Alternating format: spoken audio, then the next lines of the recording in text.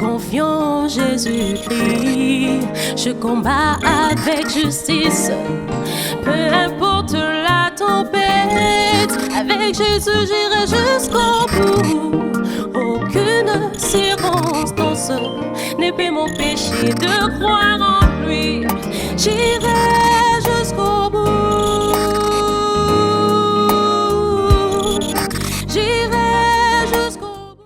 Shalom peuple de Dieu, nous vous saluons au nom puissant de Jésus-Christ. Nous voilà encore en ces jours réunis, bien sûr. Ce n'est pas par nos efforts, ce n'est pas parce que nous sommes fixés un rendez-vous que nous sommes réunis, mais c'est par la grâce de Dieu. Voilà pourquoi nous pouvons dire merci à ces dieux. J'espère que là où vous êtes d'accord avec moi, parce que le souffle de vie que nous avons, ce n'est pas, nous n'avons pas payé quelque chose, nous n'avons rien fait de grave et nous ne pouvons même rien faire qui peut faire à ce que ces dieux puissent nous accorder le souffle de vie. Voilà pourquoi nous voulons vous saluer par le nom puissant de Jésus-Christ.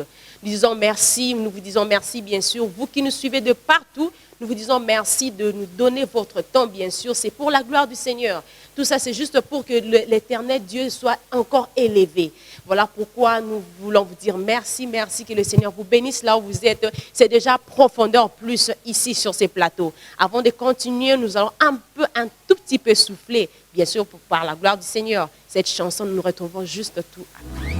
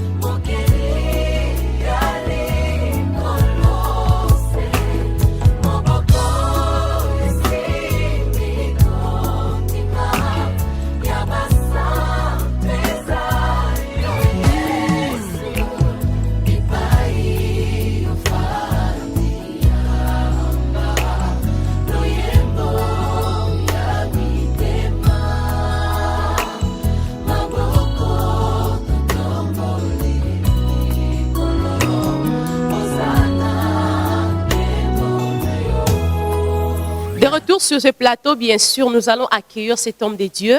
Je ne vais pas monopoliser la parole, bien sûr. Je nous laisse découvrir cet homme de Dieu puissant. C'est déjà l'homme de Dieu, le révérend pasteur Bob Dias. Nous vous saluons, pasteur. Merci, que Dieu vous bénisse. Merci beaucoup. C'est le révérend pasteur Bob Dias qui est ici avec nous sur ces plateaux de Profondeur Plus. Avant de continuer, nous allons accueillir notre invité, bien sûr, par des questions, parce que nous allons ensemble découvrir qui est le révérend pasteur Bob, je vais dire, pasteur Bob Dias. Il vient d'où, il est de quelle église, il a quel ministère. Moi aussi, je ne sais pas, en fait. Avec vous, nous allons découvrir ensemble. Pasteur Bob Dias, nous vous saluons encore. Merci. Pasteur Bob, nous vous recevons au nom puissant de Jésus-Christ. Amen. Sur ces plateaux de Profondeur Plus. Vous êtes révérend pasteur?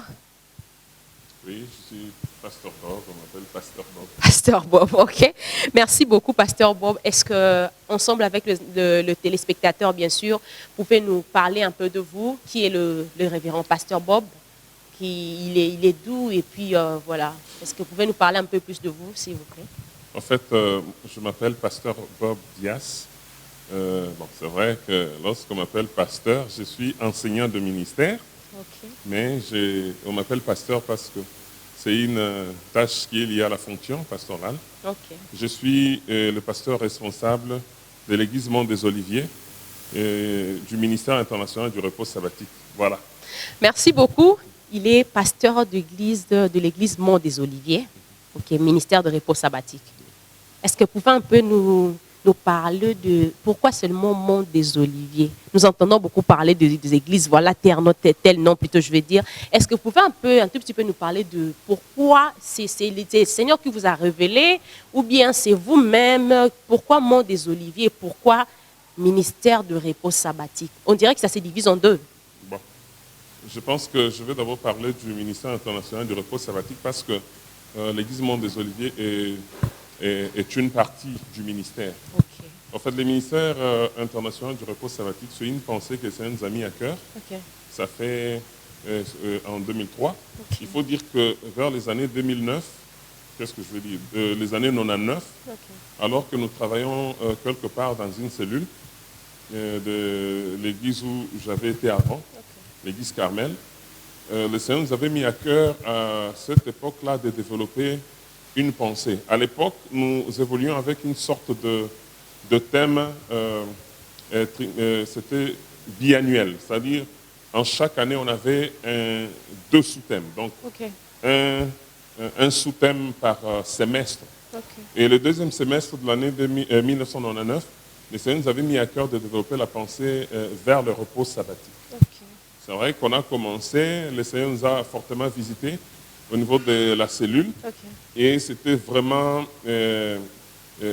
une bénédiction, une croissance et une ouverture aussi du ministère. Okay. Et ce qui a fait que depuis lors, cette pensée ne m'a pas quitté. Okay.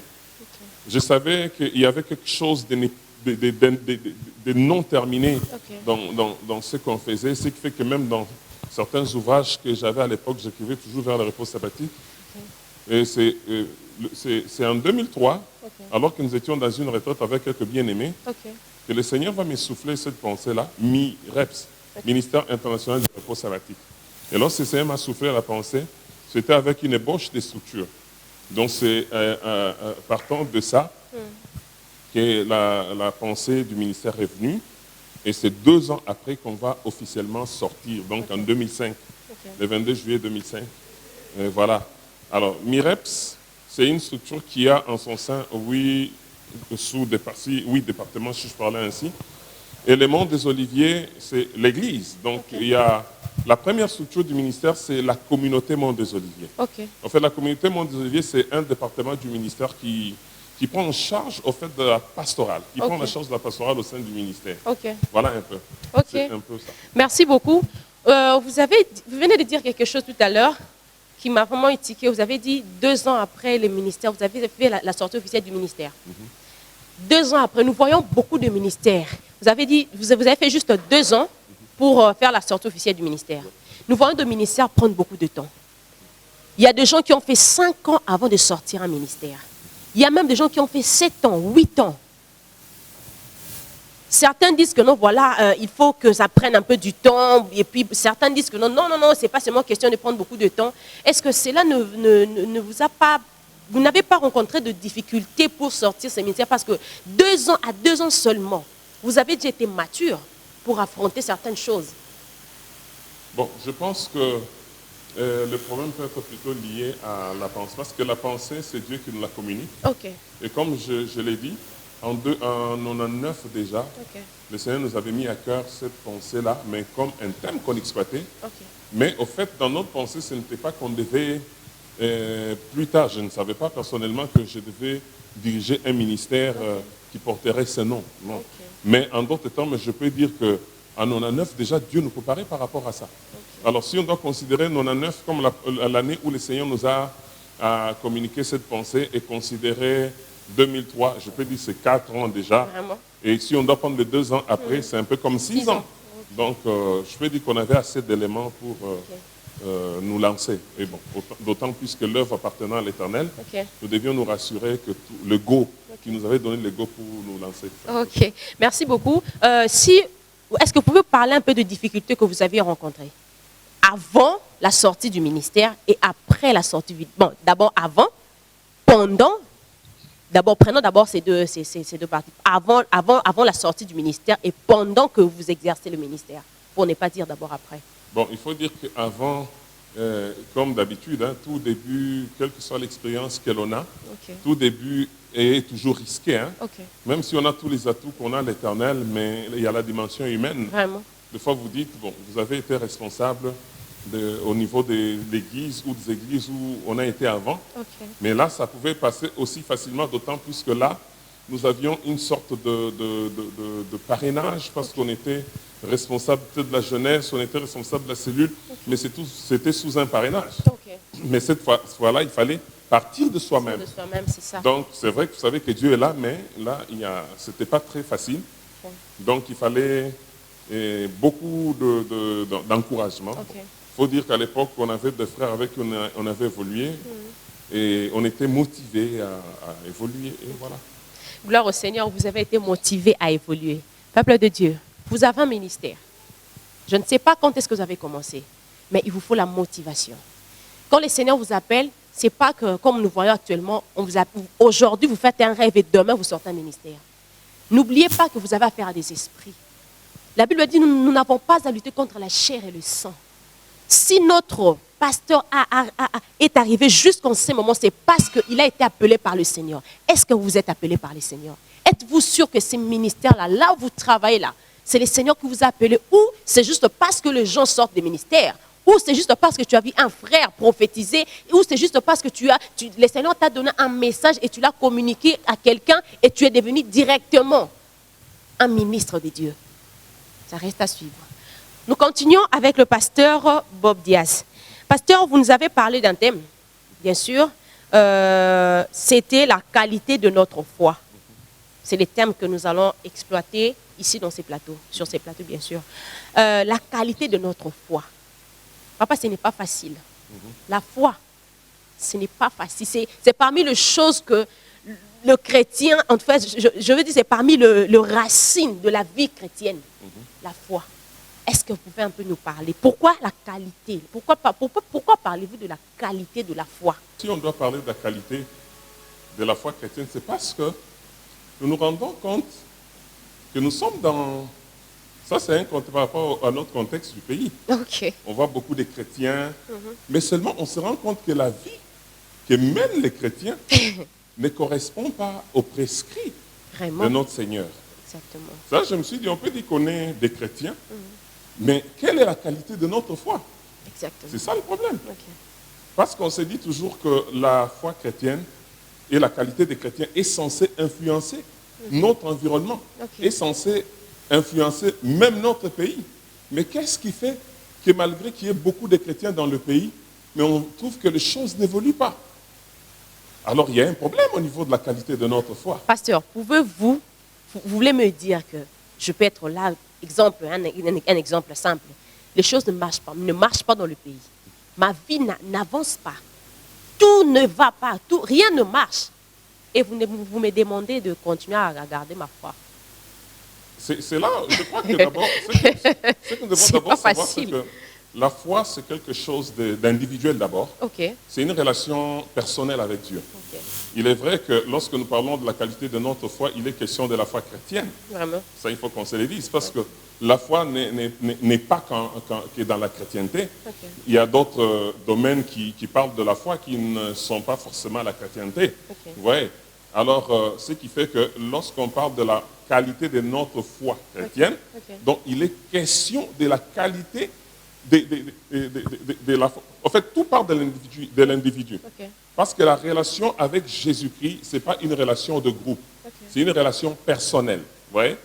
Ce qui fait que des fois, la foi chrétienne est à différencier avec la religion. La foi chrétienne n'est pas la religion. La foi chrétienne relève de la personne. Parce qu'en fait, la religion, c'est un ensemble de rites. Vous voyez? Mais la foi chrétienne, c'est une relation personnelle avec Jésus-Christ. Et c'est l'ensemble de ces considérations, l'ensemble de foi individuelles qui produisent un impact par rapport à notre environnement. Vous voyez un peu? Pasteur, oui. De mon côté, à ma gauche, je vois un païen, comme on a l'habitude de dire, un païen prospérer. Il a sa foi, il prospère. Du côté gauche, du côté droite, moi, je me vois, moi, exercer une foi, mais n'est pas avancer. Qu'est-ce que vous avez...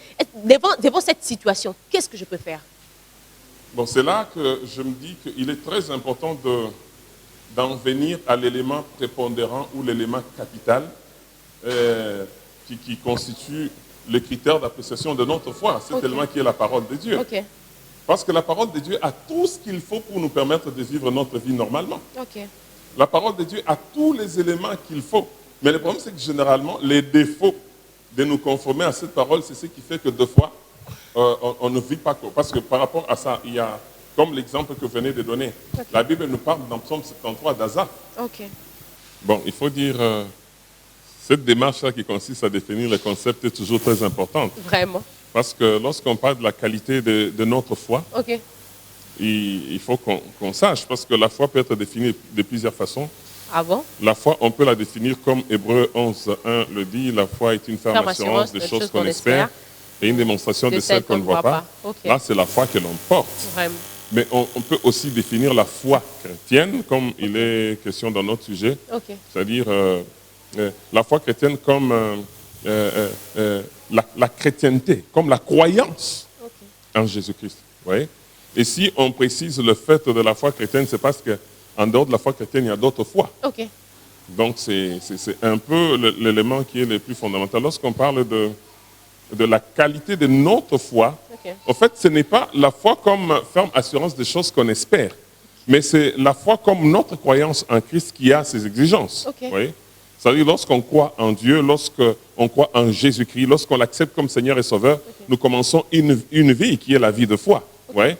Donc c'est de cette foi qu'il est question. Donc il n'est pas question de la foi comme cette attitude, comme cette ferme assurance Ok. qui me permet de faire face à tous les défis de ma vie. Oui, c'est comme ça qu'on peut définir cette foi. Mais la foi dont il est question, ici, parlant de la qualité de notre foi chrétienne, c'est la foi comme notre croyance, la qualité de notre croyance en Jésus-Christ. Voilà un peu... Merci beaucoup. Je viens d'apprendre quelque chose, les exigences de la foi. Je viens d'apprendre ça maintenant. Donc, la foi a ses exigences, bien sûr, je veux Tout à dire. fait, bien sûr. Est-ce que nous pouvons découvrir quelles sont les exigences de la foi? Là, vous parlez de la foi comme croyance. Bon, commençons d'abord par la foi comme croyance. Comme je disais, la foi comme croyance, c'est la foi que nous avons en Jésus-Christ, Ok. n'est-ce pas? Ok. Et Jésus-Christ a ses exigences. Ok. Cela veut dire que lorsqu'on est chrétien, on ne peut pas se comporter comme on veut. Ok.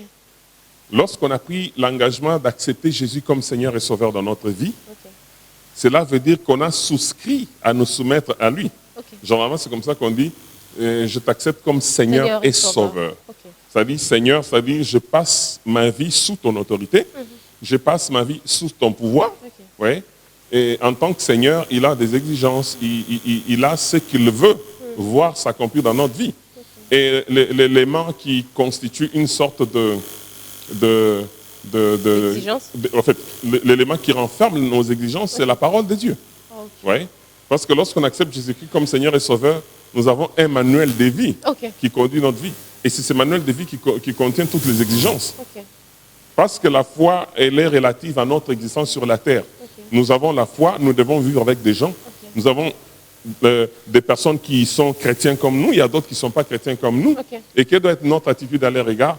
Quelle doit être notre attitude à l'égard des parents, à l'égard des amis, à l'égard des enfants? Ok. C'est-à-dire, la parole de Dieu a tout ce qu'il faut Ok. par rapport à ça. Donc, toutes les exigences liées à notre marche dans la foi, on peut le retrouver dans la parole de Dieu. Voilà pourquoi il est très important, lorsqu'on est enfant de Dieu, Ok. de lire. Ce n'est pas pour rien que la Bible nous demande de lire. Comme Josué 1,8 disait, Dieu était en train de dire aux enfants d'Israël qu'ils devaient lire. Ok. Que ce livre de la loi ne s'éloigne pas de ta bouche. Médite-le nuit et jour, en agissant fidèlement d'après tout ce qui est écrit. Ok. C'est alors que Et tu réussiras, c'est alors que tu auras du succès dans tes entreprises. Donc, Ok. c'est pour dire que la réussite, les succès dans les entreprises est lié à la lecture. En fait, la lecture, elle nous permet de prendre connaissance du contenu parce que la lecture ici est toujours définie comme une action matérielle qui consiste à déchiffrer ce qui est écrit. Ok. Par la lecture, nous prenons connaissance de ce qui est écrit. Ok. On dit qu'il s'éloigne pas de ta bouche, médite-le nuit et jour. C'est-à-dire, au-delà de la lecture, nous soumettons notre esprit à une longue et profonde réflexion qui est la méditation. Vraiment. La méditation nous amène à comprendre ce que c'est et nous prions que le Seigneur nous aide à appliquer ce qui est écrit. Voilà un peu les exigences qui sont liées à notre foi. Nous devons avoir l'habitude de méditer la parole de Dieu. Telle est la parole de l'homme de Dieu sur ces plateaux. Ça ne me concerne pas que moi, ça nous concerne nous tous. Nous devons avoir l'habitude de méditer la parole de Dieu. Bien-aimé, si Jésus-Christ a eu à surmonter la tentation, c'est parce qu'il avait la parole. Il répondait toujours par « il est écrit ». Bien-aimé, face aux tentations, tu réponds à quoi? Si tu n'as pas la parole de Dieu, tu vas répondre, tu vas dire quoi? Il est écrit, oh, yonangai to ebite, oh, yebi na yokutu to ebite, que n'est écrit na nino, yo kaka ne babe tarona ma solo, mais yo moko yebi na yote. Tu ne sais pas, tu es quel genre de chrétien? Un chrétien, c'est quelqu'un qui lit la parole de Dieu nuit et jour. Ce n'est pas moi qui le dis, mais c'est la parole de Dieu. Un chrétien, c'est quelqu'un, oh, comme ici le banzam, le quoi, bilia na, et tu manges ça. Et face aux tentations, tu répondras par il est écrit. Pose-toi la question. Tentation ne yakawana. On répondra par quoi? Est-ce que tu agis comme étant un homme charnel ou un homme spirituel? Je rends grâce à Dieu, je bénis le Seigneur pour cette profondeur venant de l'homme de Dieu, en tout cas, pasteur Bob, que le Seigneur vous bénisse abondamment. C'est très, très capital. Beaucoup de gens apparaissent de chrétiens, mais leurs vies ne sont pas vraiment de chrétiens. Donc, c'est déplorable. Aujourd'hui, nous voyons beaucoup de serviteurs appelés, soi-disant des serviteurs de Dieu. Mais en général, sur vous regardez leur vie, ça ne reflète pas. Pourquoi? Parce qu'ils n'ont pas le temps de lire la parole de Dieu. À la veste, à la Bible, mais Bible, à ma commune, à Kati, c'est pas. Vraiment que le Seigneur vous bénisse abondamment. Je vais vous poser encore une question, pasteur. Quel est votre rapport par rapport aux hommes de Dieu qui, nouveau prophète? Vous êtes un serviteur de Dieu, vous avez un parcours avec le Seigneur. Ce que vous avez actuellement, prophète Babimi et Bélé, il y a beaucoup de prophètes. Aujourd'hui, pour comprendre que le Seigneur t'a parlé, il faut qu'un prophète te parle. Les gens ne veulent plus être enseignés comme vous êtes enseignants de la parole de Dieu. Les gens veulent être prophétisés et non enseignés. Pourquoi? Qu'est-ce qui arrive à l'époque, ce n'était pas comme ça. À l'époque où vous avez connu le Seigneur, ce n'était pas comme ça. Mais pourquoi et quel est votre rapport par rapport à ces vents? Bon, je pense que le problème se trouve au niveau justement de notre contexte. Okay. Notre contexte, la RDC, je crois que c'est un sérieux problème. Okay. Et ce problème est justement lié à l'enseignement de la parole de Dieu. Okay. Parce que nous savons tous que lorsque le Seigneur nous parle dans l'ordre suprême, il dit « Allez, faites de toutes les nations mes disciples, baptisez-le, enseignez-leur à observer tout ce que je vous ai prescrit. » Donc, généralement, dans l'ordre suprême, nous nous limitons à dire « Allez, faites de toutes les nations les disciples. » Mais il y a une autre dimension qui est importante au-delà du baptême. On dit « Enseignez-leur à observer tout ce que je vous ai prescrit. » Or, ne peut enseigner que celui qui a été enseigné. Et ça, c'est un autre problème. Vraiment. Mais malheureusement, nous sommes dans un contexte, bon, peut-être ça pourrait être l'objet d'une autre émission prochainement, où on pourra parler sur les défis de la pastorale. Hein. Okay. L'Église face aux défis de la pastorale. C'est là qu'on pourra voir l'élément crucial qui justifie peut-être cette montée du prophétisme. Okay.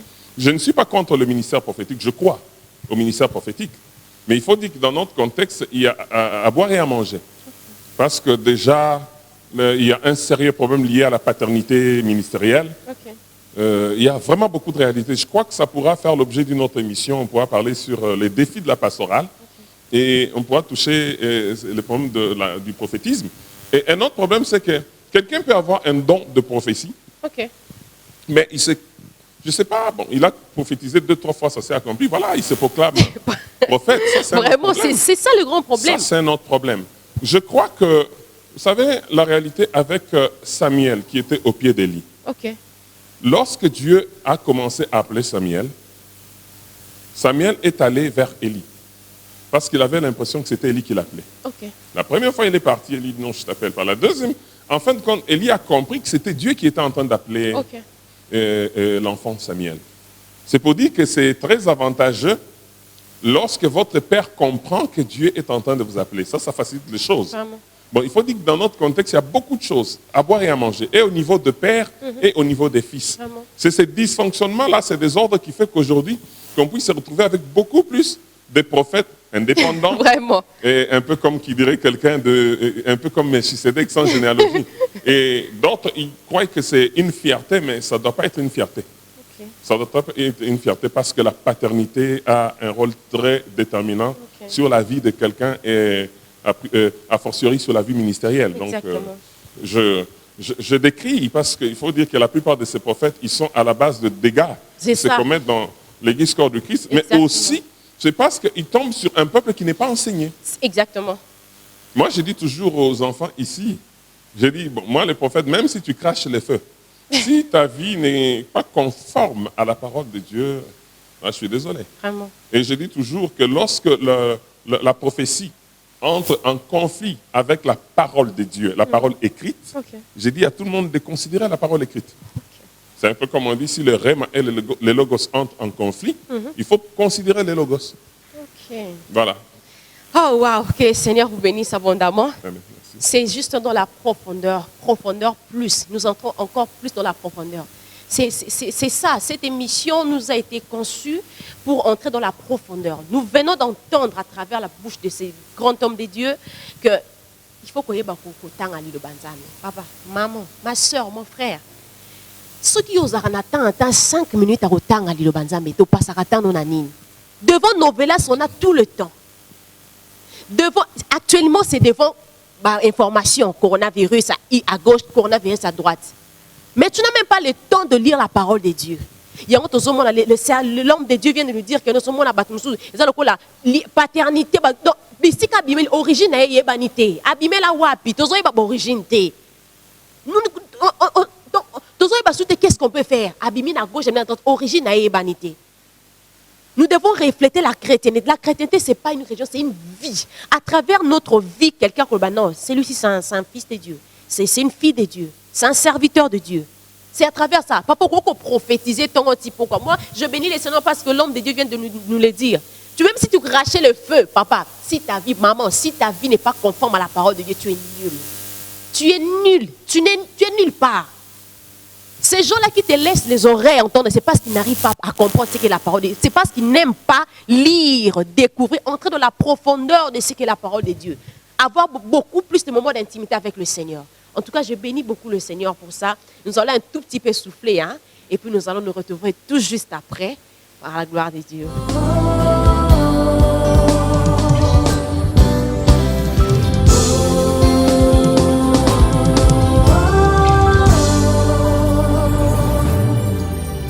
Hey, mon meilleur ami, mon ami de tout le temps, toujours prêt à me consoler. Yahweh, mon meilleur ami, moninga nanga ya motema, akuti sanga na famia bonzambe, na betelo lisolo ya camarade nangai, azalaka lisusu camarade te, akoma na ye famille nangai.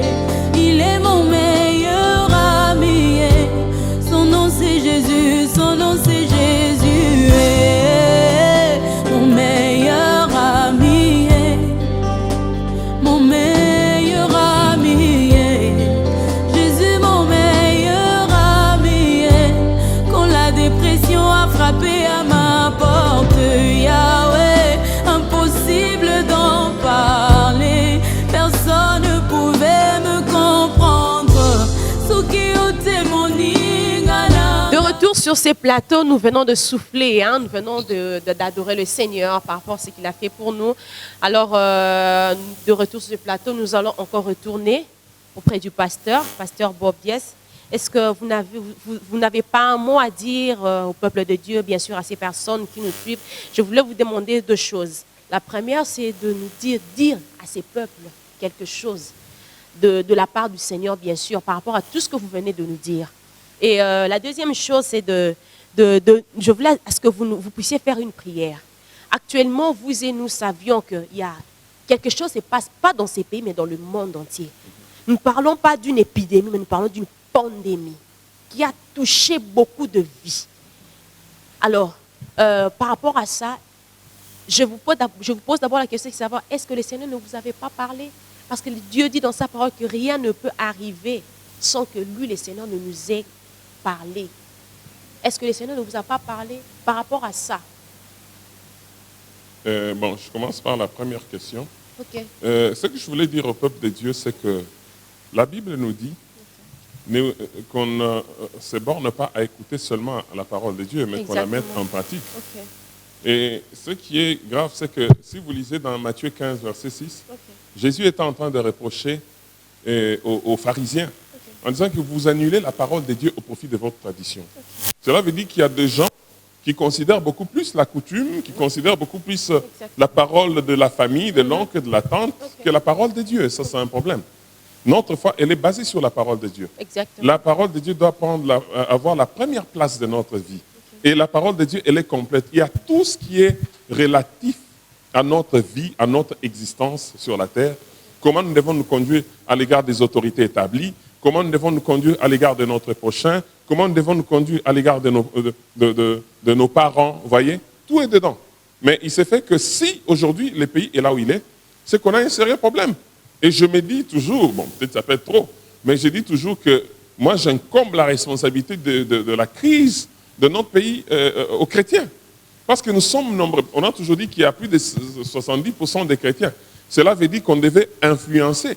Si on va même, je m'excuse, si on doit toucher même l'aspect de la justice de notre pays. La Bible dit que la justice élève une nation.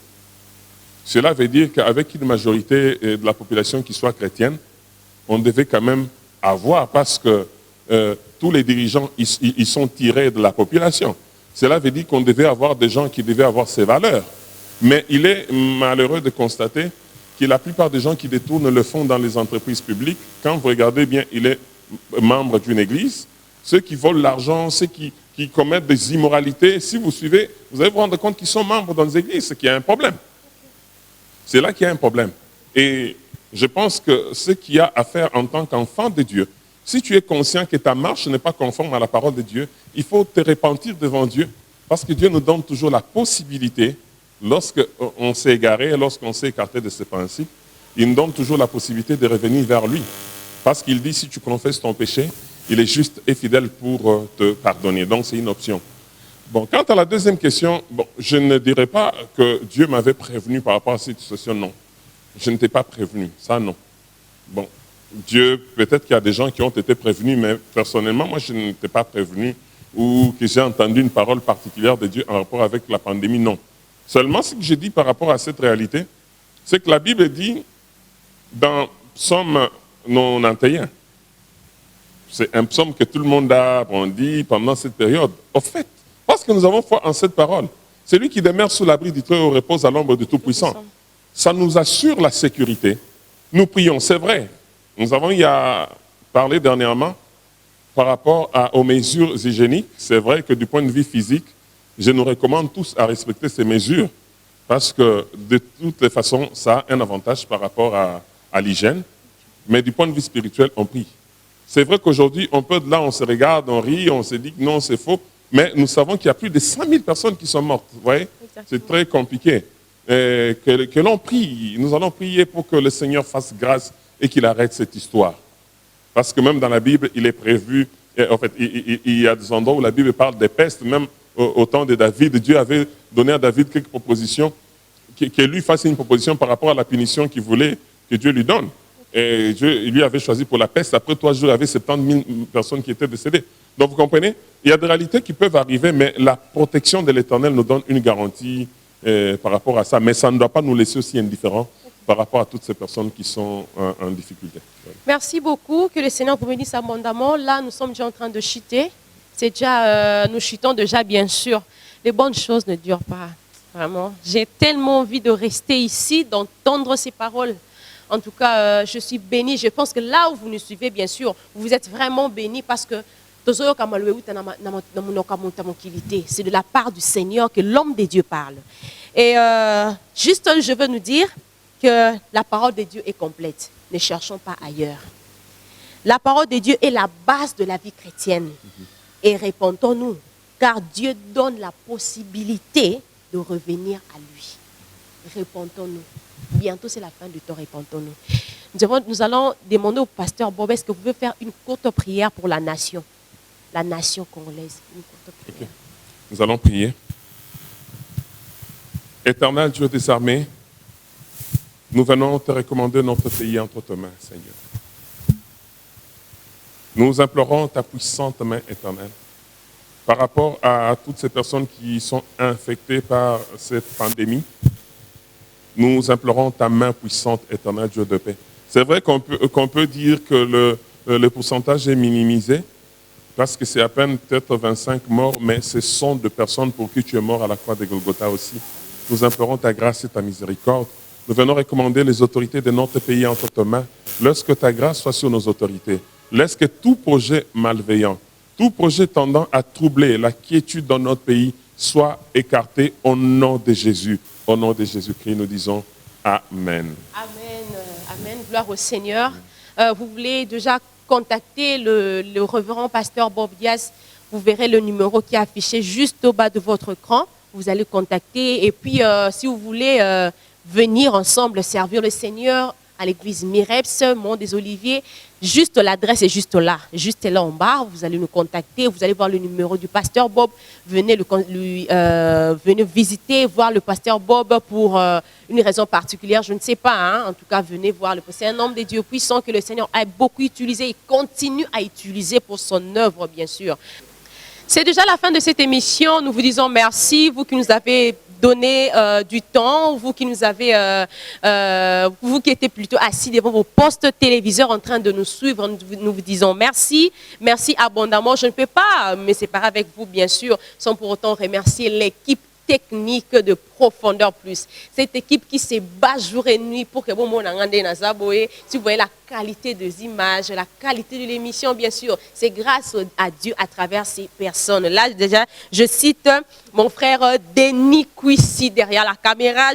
Je vois aussi mon frère Alain Ndongala du côté de la réalisation, bien sûr. Là, je vois mon frère Hervé Toukouzou, que le Seigneur bénisse abondamment. C'était la Profondeur Plus, sans pour autant oublier notre frère, bien sûr, qui nous a assisté, le frère Wilfried Kimberly, que le Seigneur vous bénisse abondamment, sans oublier Sublime Musique, et sans oublier encore ma maman chérie que j'aime beaucoup, maman Astrid Woto, la famille Woto.